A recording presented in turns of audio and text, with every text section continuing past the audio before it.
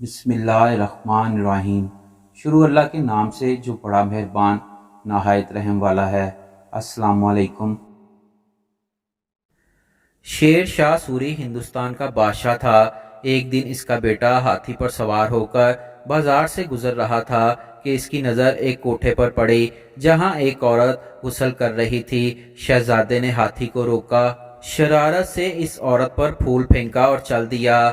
شام کو اس عورت کا خاوند جو کہ ایک غریب لکڑہارا تھا گھر آیا تو بیوی کو مغموم اور غمزدہ پایا۔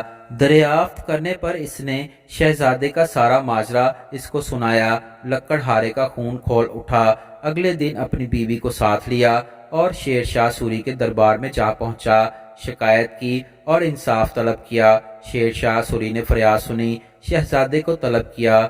اس استفسار پر شہزادے نے سر جھکا لیا۔ سر جھکانے سے مراد شہزادے نے اعتراف جرم کر لیا۔ شیر شاہ سوری نے حکم دیا کہ شہزادے کو 200 کوڑے مارے جائیں۔ 100 کوڑے دربار ہی میں اس عورت کے سامنے مارے جائیں اور 100 کوڑے اس بازار میں۔ یہ تھا عدل اور یہ تھا انصاف۔ لوگ غریب تھے لیکن انصاف سب کے لیے یکساں تھا۔